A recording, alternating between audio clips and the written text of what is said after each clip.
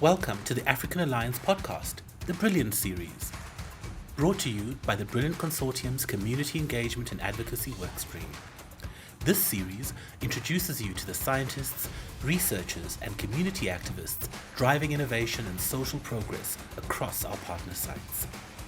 In each episode, we'll hear from those in the front lines, whether they're uncovering groundbreaking scientific discoveries or working to empower communities through grassroots activism. These conversations give you an inside look at how collaboration between science and community is transforming lives, challenging systems, and creating solutions that can change the world. In this episode, I'll be speaking to Elizabeth Chigwidi, the Monitoring, Evaluation and Learning Lead of the African Alliance.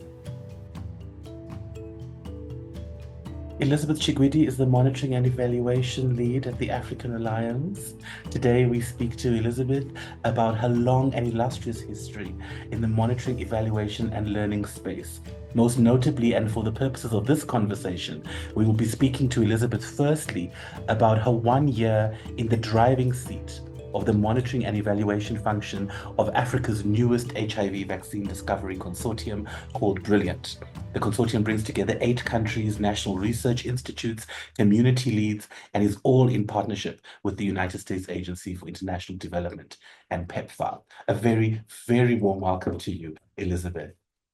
Thank you, Carl. So, Elizabeth, could you tell us a bit more about who is Elizabeth? What led you down this road? Have you always had a passion for monitoring, evaluation, and learning? I know, at least in my career, certainly before the African Alliance, when you would hear of MAL or monitoring or evaluation, you kind of picture the fairly dull person in an office. No one really knows what they do, apart from when they want attendance registers and they're coming with questionnaires. And it really just feels heavy to engage with monitoring, evaluation, and learning. It's that part of objectives and outcomes and deliverables. And at times we just feel like, my gosh, can we just get on with the real work? But I know that you, more than anyone else, believe that MAL is actually a core part of that real work. But before we get to that, could you just tell us a bit about yourself? Who is Elizabeth? Where does she come from? And what brought her along this journey to arrive at a place where you have just led 1 year of Africa's largest HIV vaccine discovery consortium? Elizabeth is a Zimbabwean based in Harare, and I've done most of my work in Zimbabwe. How I got into the MAL space, soon after college, I found myself working for international NGOs.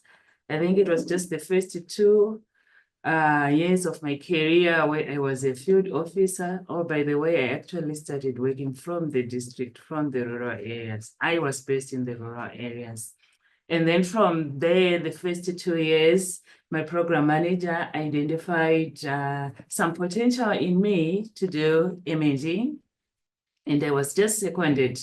And that's how I started my career in monitoring, evaluation, and learning. And that was around 2002. When I joined the NGO space, 2004, I moved to monitoring, evaluation, and learning. And up to now, this is where I am. I've worked for quite a number of international NGOs in Zimbabwe, covering so many projects from agriculture, livelihoods, education, and also nutrition, WASH. Before just joining the African Alliance, I was with the United Nations, with UNICEF specifically, where I was leading an inter-agency program on gender-based violence and women economic empowerment. So the transition from leading an inter-agency program, which was being implemented by 6 UN agencies, and also getting on board on the BRILLIANT Consortium, I felt like the UN work was preparing me for inter-country work, where I'll be also working very closely with diverse people from diverse backgrounds. It was such an exciting opportunity to join the BRILLIANT Consortium. And to me, I was like, wow, this is such a huge landmark. Already as an M&E person, I was looking at the outcome ultimately to say after the 5 years, we are likely to have an HIV vaccine candidate, and I was looking forward to be part and parcel of that journey. Wonderful. Thank you so much for those reflections. Elizabeth, tell me something, when people think about the United Nations, they think, this big bureaucratic machine that can be pretty overwhelming to understand from the outside. But what would one of the main lessons that you would say you learned working within the UN and now almost doing a crossover to, in many ways, the opposite, very community focused, less technical in some instances, and we'll cover the technical experience of Brilliant a bit later. What would you say is the one lesson you took from your time at the United Nations? What I learned during my experience at United Nations is they start from planning. It's critical to plan is one, UN. It's critical to implement is one, UN. To monitor is one, UN. And to report is one, UN. As you know, they have different mandates, but at the end of the day, they are all contributing to the achievement of sustainable development goals in the country offices. So their way of work is quite closely related, and there's also the issue of complementing each other's efforts, which I really liked to say, okay, UNICEF, you are looking at issues to do with children and women, and we are also looking at maybe UNDP looking at issues of development, climate resilience. We also have like the ILO looking at issues of labor. But at the end of the day, they are all UN, and they are working towards achievement of sustainable development goals. So there's a lot of complementing each other. There's a lot of collaboration and coordination of effort, such that even if they are to do like a workshop with government ministries, they put resources together. One agency brings and focus on its area. The other agents also bring on the same workshop and also focus on the other area. But at the end of the day, it's just a workshop covering maybe 6, 8 agencies. So, Elizabeth, you spoke a bit about your grounding within the rural context. And of course, we saw from the call for proposals to the proposal development, engagement of the people living in rural areas is also a key call that's been made by USAID, really to ensure that, these clinical trials, consortiums, scientific endeavors are not confined only to the urban centers, but truly bring everyone along. What would you say are the lessons we could learn when you think about work like Brilliant in the context of a rural area? Do you think it's important to take the science to rural areas at this discovery stage, or do we wait until there's a product? From my experience and also my personal opinion, I think it's important to take the work to the rural areas because they're a critical part of the community, which is also going to benefit ultimately from this discovery process. So if we then say we'll take them at a later stage, it's more like we are already excluding them from the whole process. We also need to have their buy-in from the initial process. Also, even sensitize them. This is what we are doing. They also need to understand and appreciate the processes so that even issues of misinformation, we also deal with them at a very earlier stage, because whether rural or urban, development work is development work, and we need to not to be biased towards urban. And maybe if I may ask, why would we want to exclude the rural? There's no valid reason for us to say, okay, let's focus on the urban areas only. We also need to include the rural. Yeah. And I think that's such an important point, especially when you consider the investments being made into research institutes and lab capacity, very focused in urban. So I think a lot of work still needs to be done to make sure that we truly leave no one behind. Before we get into the substance of Brilliant, I just wanted us to reflect on Mal. Mal is becoming an increasingly important feature across advocacy organizations. And it's usually quite difficult to make Mal exciting. when you are at the cutting edge of advocacy, when you are talking truth to power, when you are destabilizing what needs to be stabilized, in order to fight for a better and a just world, why should I be thinking of an objective? Why should I be thinking about how I write my deliverable? What message do you have for activists out there in organizations that increasingly have to, out of their own initiative or certainly because of donor pressure, put more and more attention on Mal? Why do you think that is important to help us as we advocate for a more just world? From my experience, like I said, I've done work for quite a number of sectors. Mail is integral because even if we are looking at advocacy work, we want to destabilize. But let's work with the bigger picture in mind. What do we want to achieve? It's not just about us taking placards and walking and shouting in the streets, but what is it which we want to achieve at the end of the day? That's where mail is very critical. To say we can make noise, we can take placards, we can do demonstrations, but what do we want to achieve at the end of the day? So there brings in the mail component to say we are going to be monitoring. Are we achieving the intended results at the end of the day? Because just taking placards and making noise, it's an activity.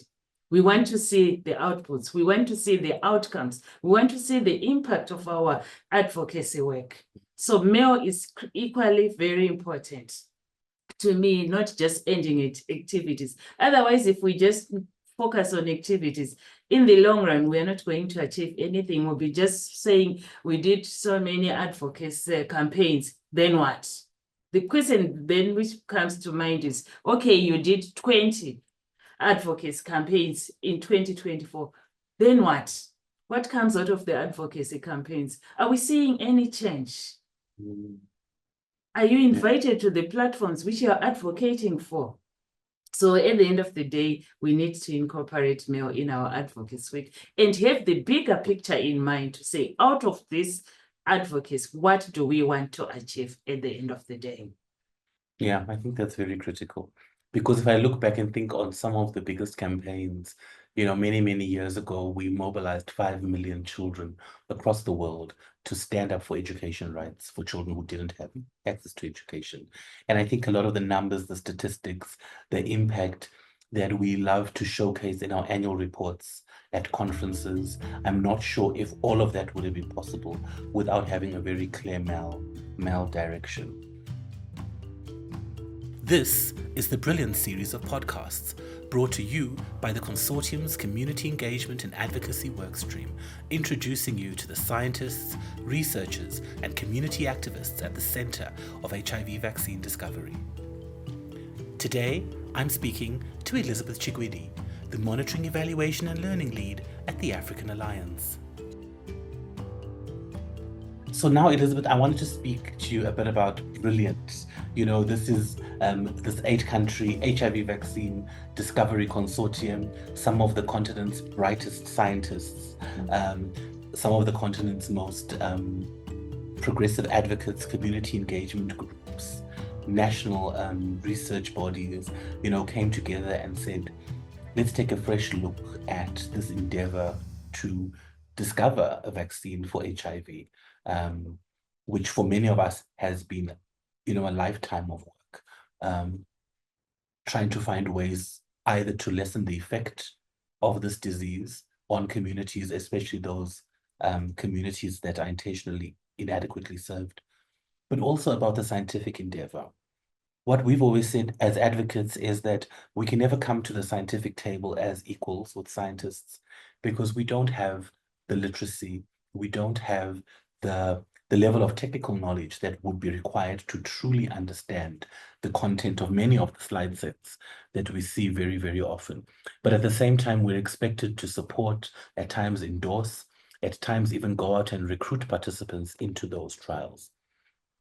And so having said that, you of course have come from a male background, GBV, WASH, etc., all of the areas you spoke about. And I note that you didn't speak about any scientific research background. So I think pretty much in that area, we have some commonalities that we both entered into what is essentially a scientific consortium, and we're expected to play very key roles in the decision-making and the way the consortium rolls out. So one of our triumphs really as the consortium was the ability to really say in the first year that the monitoring, evaluation, and learning function of this 8-country scientific consortium was based within a community organization, the African Alliance. Of course, for many of us, including yourself, it was a baptism of fire. We all went from kind of 0 to 5% to 80% full speed ahead. For those of you listening who have worked with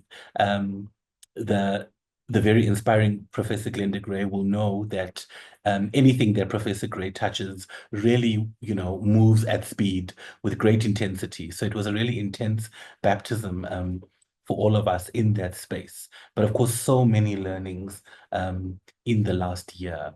So you led the malfunction from community for really the first year of the consortium. Could you speak to us a bit about what that entailed, the first year being the head of monitoring, evaluation, and learning for a scientific consortium as a non-scientific person?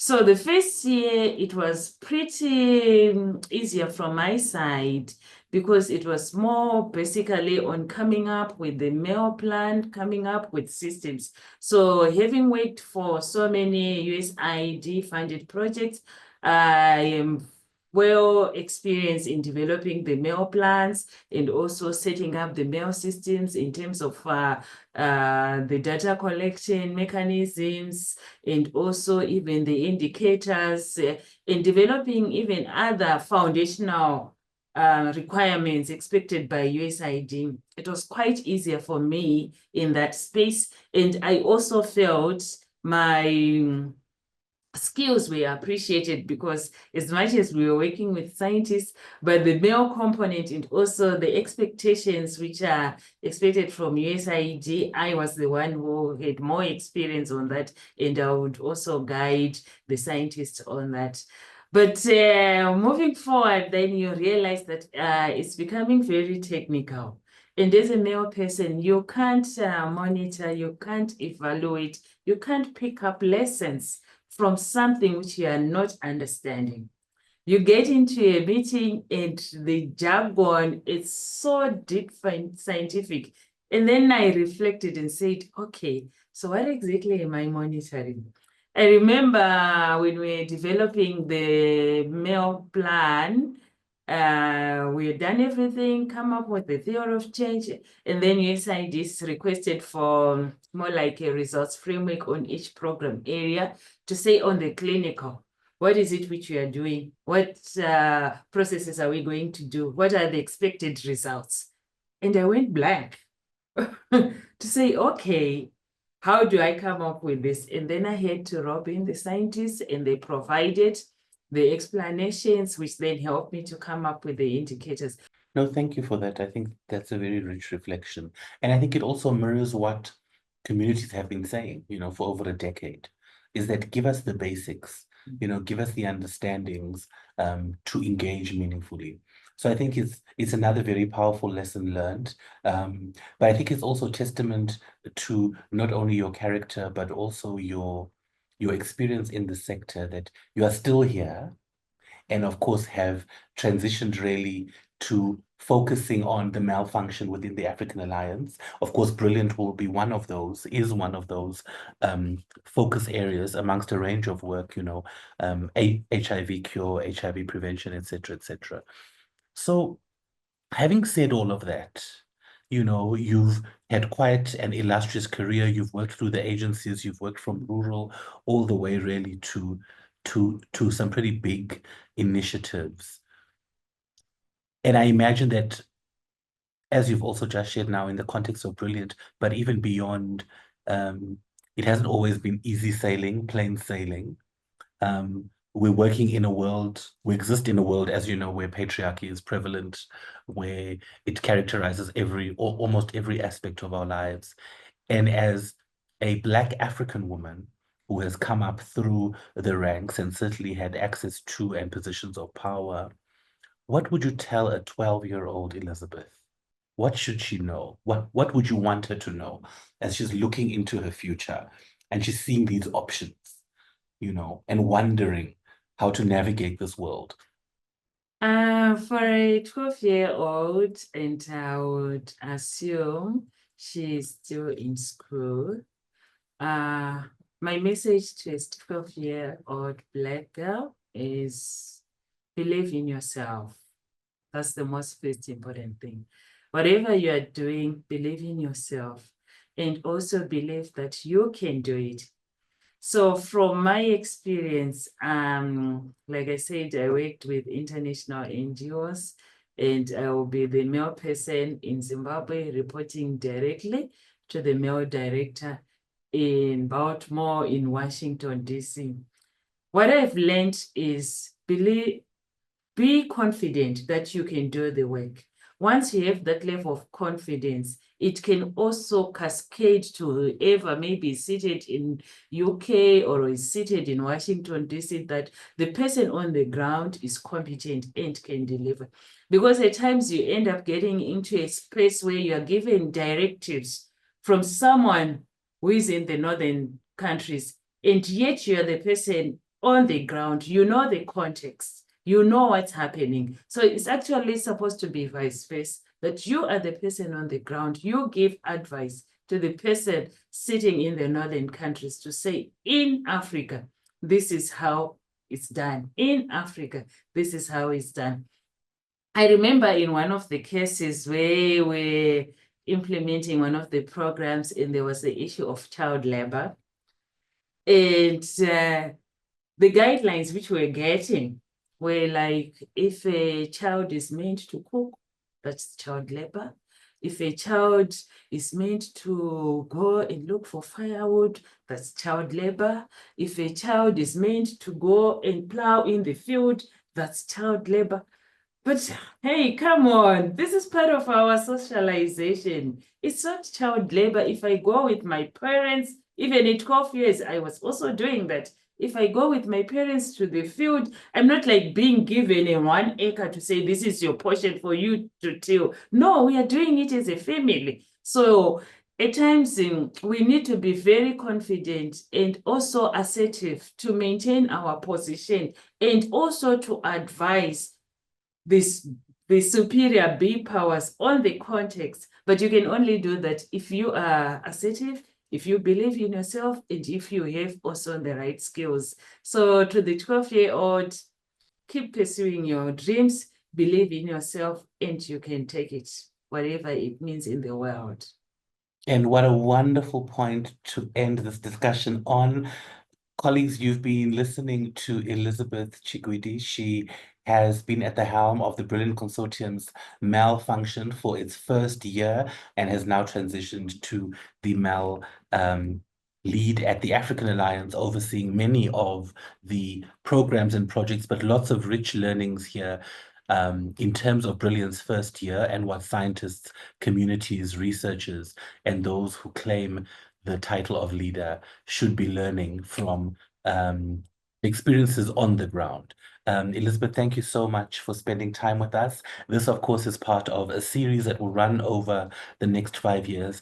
And so we look forward to hearing from you again in year 2 of the work, which includes the BRILLIANT Consortium. Thank you so much. You've been listening to the African Alliance podcast, the BRILLIANT series, bringing you these incredible stories of passion, innovation, and change that take us a step closer to an HIV vaccine. We're constantly inspired by the work being done by our guests, and I hope you are too. The work doesn't stop here. There's always more to learn, more to do, and more to connect with. Stay curious, stay engaged, and we'll be back soon with another inspiring episode. From pioneering scientific research to impactful community activism, the individuals we feature on this show are not just changing their fields, they're shaping the future. To learn more about the BRILLIANT Consortium and how you can get involved, visit africanalliance.org.za and follow us on social media. If you've enjoyed today's episode, don't forget to subscribe, rate, and share the podcast so more people can hear these powerful stories.